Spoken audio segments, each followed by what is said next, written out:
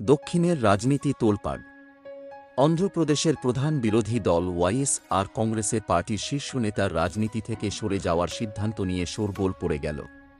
অন্ধ্রের প্রাক্তন মুখ্যমন্ত্রী তথা প্রধান জগনমোহন রেড্ডির ডান হাত তথা হিসেবে পরিচিত বিজয়সাই রেড্ডি রাজ্যসভার সাংসদ হিসেবে পদত্যাগ করছেন।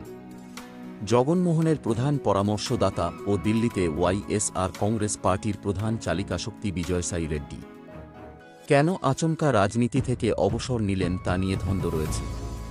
কিন্তু শোনা যাচ্ছে জগনমোহনের কাজে বিরক্ত হয়েই বিজয়সাই রাজ্যসভা ছাড়ছেন। অন্ধ্র রাজনীতিতে এখন ঝড় তুলছেন চন্দ্রবাবু নাইডু।